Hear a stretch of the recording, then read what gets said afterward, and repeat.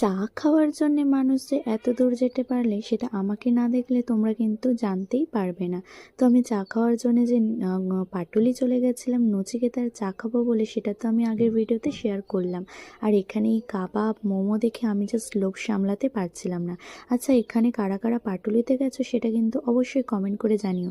আর কোন দোকানের খাবারটা বেশি ভালো সেটা কিন্তু অবশ্যই বলো, আমি নেক্সট টাইম গেলে সেগুলো ট্রাই করব। তো আমি এখান থেকে মোমো এবং কাবাব, চা অনেক কিছুই খেয়েছিলাম। আর সুন্দর ছিল কিন্তু ফুচকারও নানা রকম ভ্যারাইটি।